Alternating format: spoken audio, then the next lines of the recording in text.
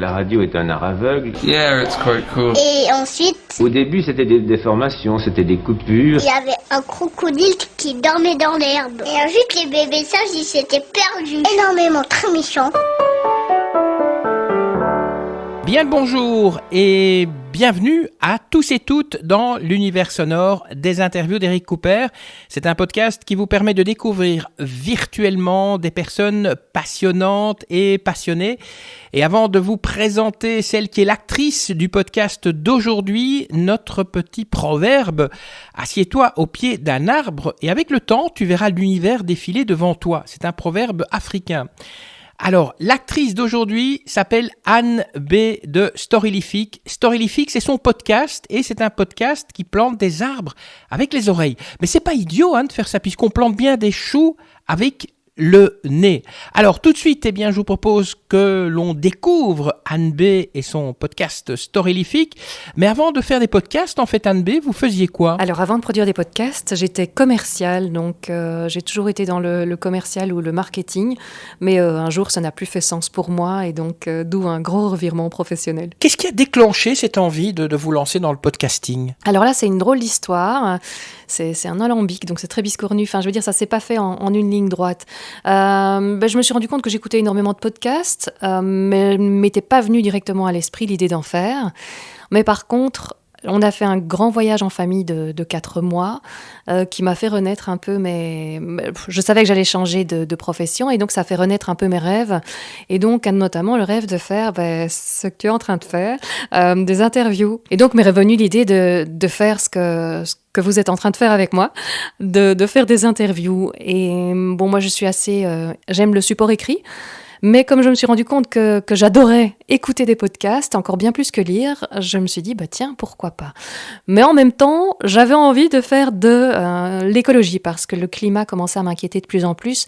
Moi, j'habite proche de la nature, proche d'une forêt que je voyais souffrir. Je suivais quand même de loin l'actualité climat depuis longtemps. Et voilà, ça commençait à me démanger. Je me disais, c'est pas possible de faire tous les jours plus partie du problème que de la solution.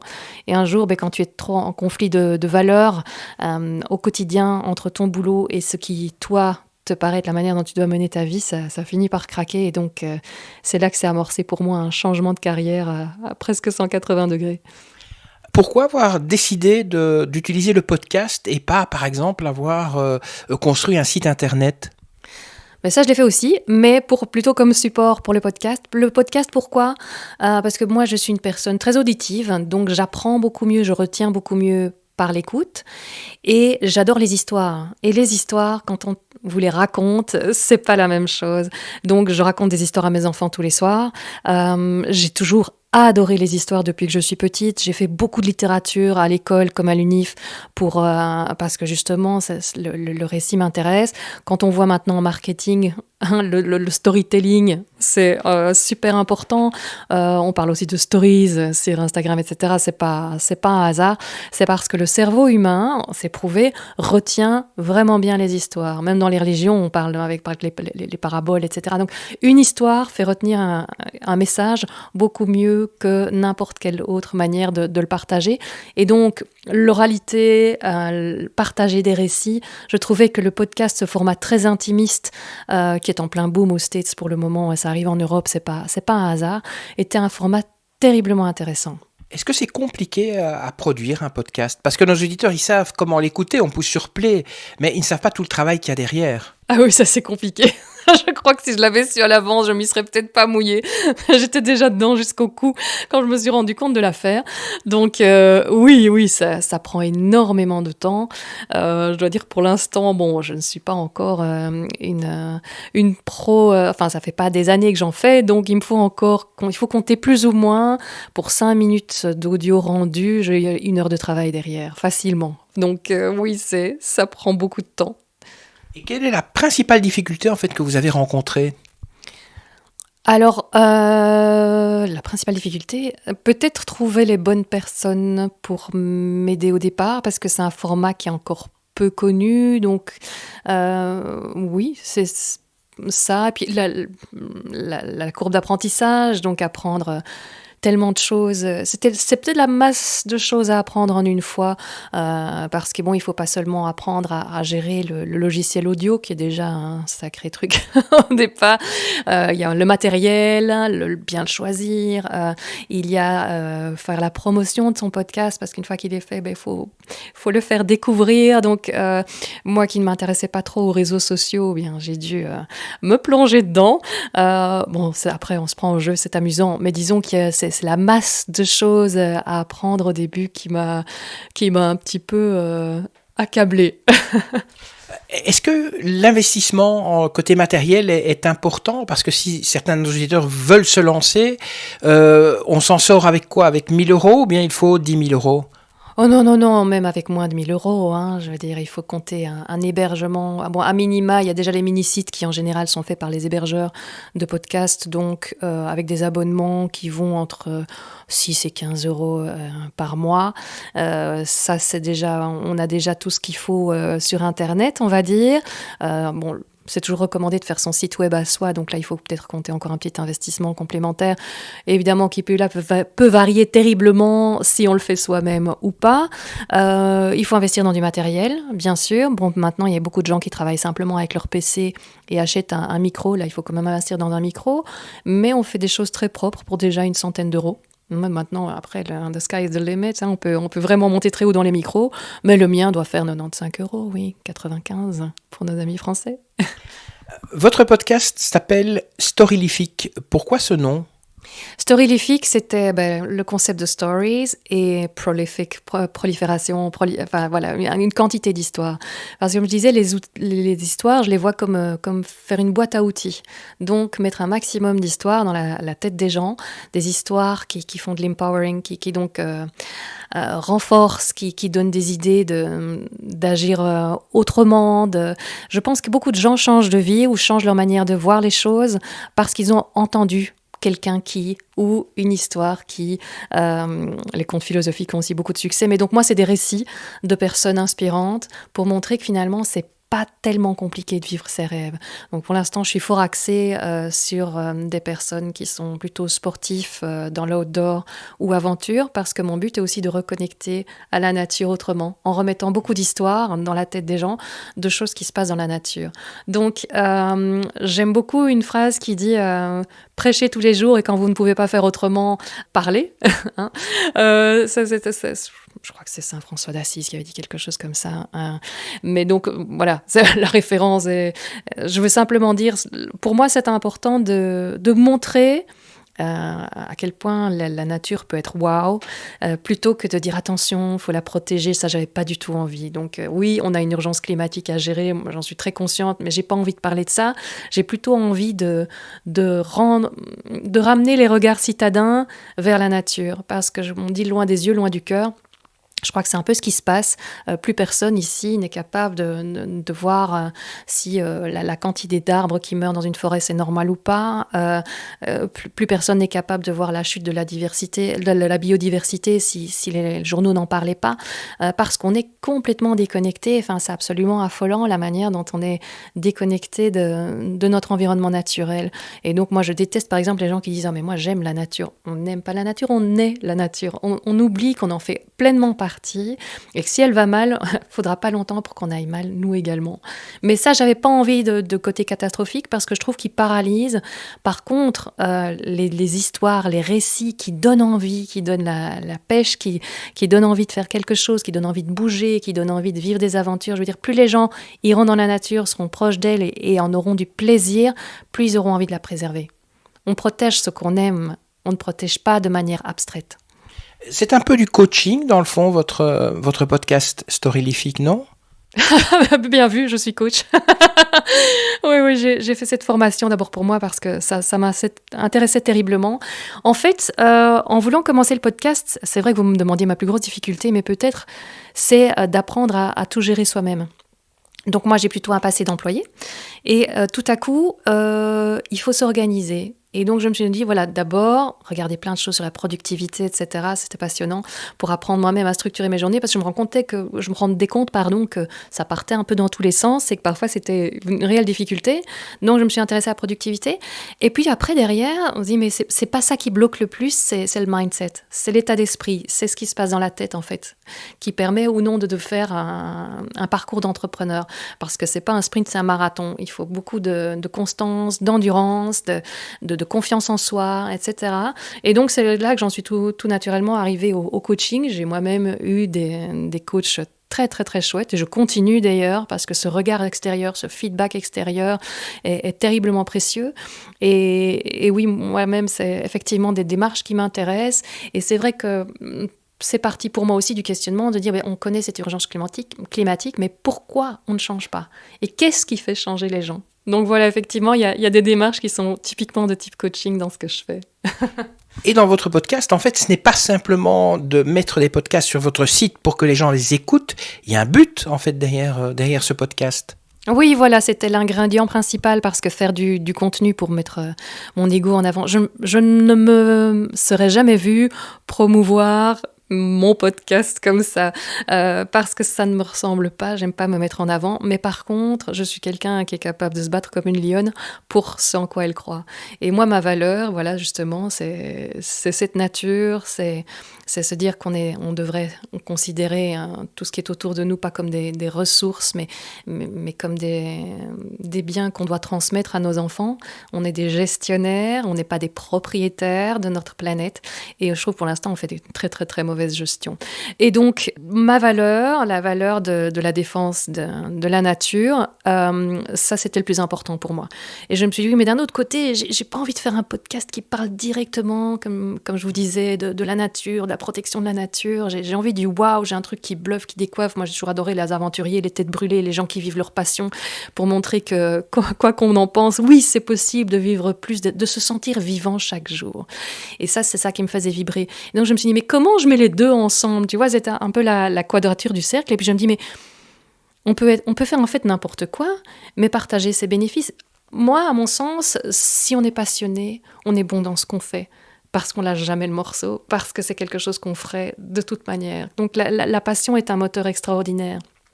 Et donc, je me suis dit, mais si j'arrive à faire quelque chose où j'ai des chances d'être bonne parce que j'adore ce que je fais, alors peut-être que j'arriverai à être plus performante et donc plus utile à la cause de la reforestation, qui est celle que je soutiens, en faisant ça et en repartageant les bénéfices que j'arriverai à récolter de mon activité.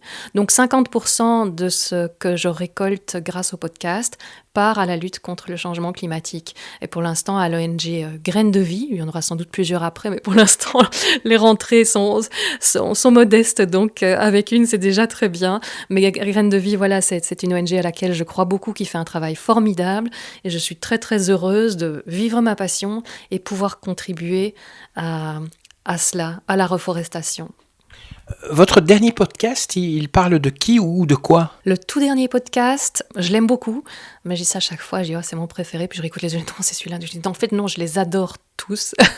Je suis tellement reconnaissante à tous ceux qui sont passés par mon micro, de confier leur voix, de reconfier leurs histoires, voilà. Et le dernier, c'est Thomas Tirtiot, qui est un entrepreneur parisien. Et j'adore vraiment son histoire pour le message qu'elle fait passer, parce que c'est quelqu'un qui a décidé un jour de mettre plus de passion dans sa vie. Sa passion à lui, c'était justement ce côté un peu aventure. Et elle s'est dit, je vais aller traverser le Groenland, dans la neige, dans le froid, en hiver. Il faut savoir qu'il n'était pas sportif, qu'il n'était pas fils de montagnard, qu'il n'était pas, voilà, il était entrepreneur à Paris. Donc, c'était vraiment très, très, très loin de l'idée qu'on se fait d'un Mike Horn ou des gens comme ça. Mais donc, il s'est mis ça en tête. Et puis, petit pas par petit pas, il a monté son histoire. Il a trouvé un guide. Il n'a pas été comme une tête brûlée, s'enfoncer dans le froid. Hein. Et il a trouvé un guide. Il a trouvé une équipe. pour pouvoir se permettre de faire ces voyages qui sont quand même coûteux, mais donc si on répartissait le prix sur plusieurs, ça allait. Et donc voilà, petit à petit, en découvrant les implications de son rêve, de sa vision, il a commencé à mettre les choses en place pour que ça puisse se faire. Et donc il a été effectivement faire cette traversée du Groenland avec d'autres. Et donc la plupart sont devenus des amis. Et donc chaque année, ils font ensemble une aventure. Et ça, je trouve ça absolument formidable. Son message, c'est qu'il ne faut pas mettre trop de « ou » dans sa vie. Donc, soit je fais ça, ou je vis de ma passion, soit je fais ça, ou... Il y a parfois moyen de faire les deux. On peut mettre des « et ». Voilà. Et ça, c'est un très beau message. Donc, je lui suis très reconnaissante de cet épisode, oui, que j'ai beaucoup aimé. Ça, c'est le dernier. Et le tout premier podcast, il parle de quoi ? Alors, le tout premier podcast, lui, c'est une belle histoire aussi, en soi. C'est donc, quand j'ai décidé de faire un changement de carrière, à ce moment-là, on a besoin d'un peu de remettre les compteurs à zéro, d'effacer l'ardoise pour recommencer autre chose. Et donc, on est parti 4 mois en famille avec mes 2 petites filles de 5 et 7 ans à l'époque, mon mari. Donc, ça, c'était en 2019. Et on est parti 4 mois en Asie du Sud-Est et en Océanie. Et c'était absolument fabuleux. Et là, on est arrivé aux Philippines parce qu'on voulait faire un peu de plongée.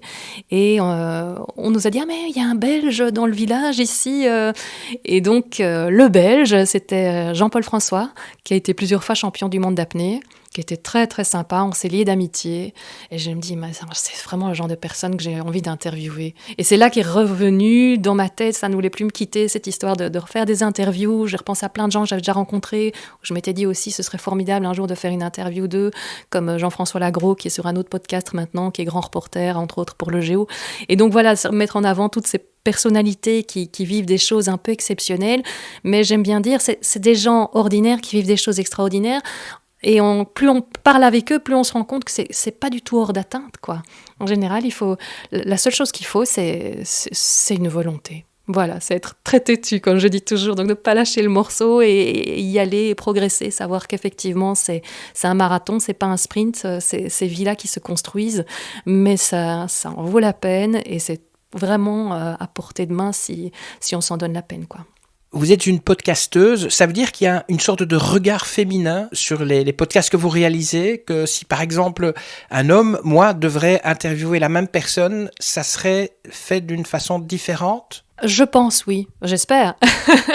J'espère. C'est vrai que le monde du sport-aventure est un monde assez masculin, mais que moi j'ai toujours adoré, donc voilà, tant pis. Je me dis, je vais faire moi. Hein, on dit toujours, soyez vous-même. Toutes personnes sont déjà prises.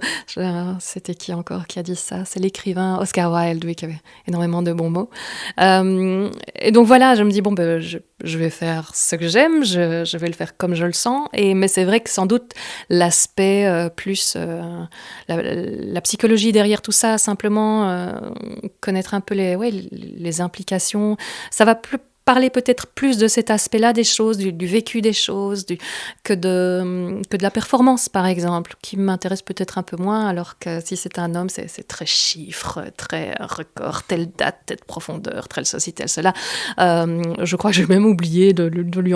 peut-être qu'on parle quand même de ces records, mais je serais tout à fait capable d'oublier, en tout cas, de poser la question des timings, etc., ce qu'un homme n'oublierait jamais, par exemple. Les podcasts, est-ce que c'est quelque chose que vous faites bénévolement ou bien c'est une profession à temps plein ou bien c'est un projet de profession à temps plein avec vos podcasts ? J'allais dire c'est un bénévolat à temps plein pour le moment. Donc oui, c'est un projet. J'essaie de construire mon revirement professionnel au travers de cela. Donc oui, j'aimerais que ça soit mon métier à temps plein. Tout à fait.